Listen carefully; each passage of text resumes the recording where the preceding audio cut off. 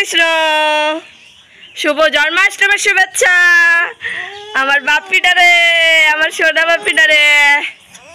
ফুল দিব, ফুল দিব, ফুল দিব। হরে কৃষ্ণ, হরে কৃষ্ণ।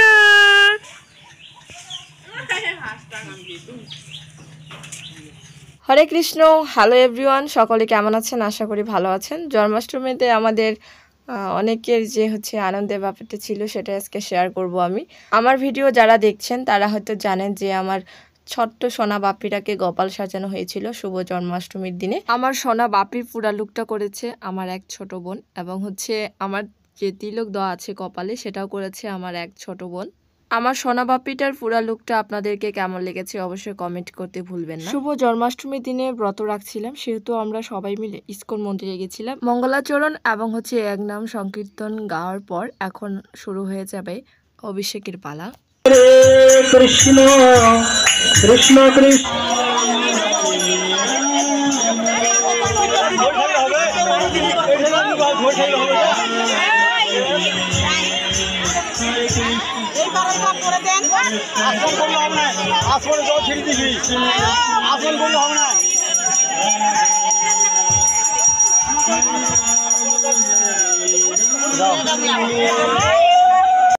অনেক ভিড় হওয়ার কারণে অভিষেক দুই জায়গায় করানো হয়েছিল। যেহেতু রাত হয়েছিল, দেশের অবস্থা খুব একটা ভালো নয়, মাতাজিদের সমস্যা হতে পারে, এই কারণে দুই জায়গায় অভিষেক করানো হয়েছিল।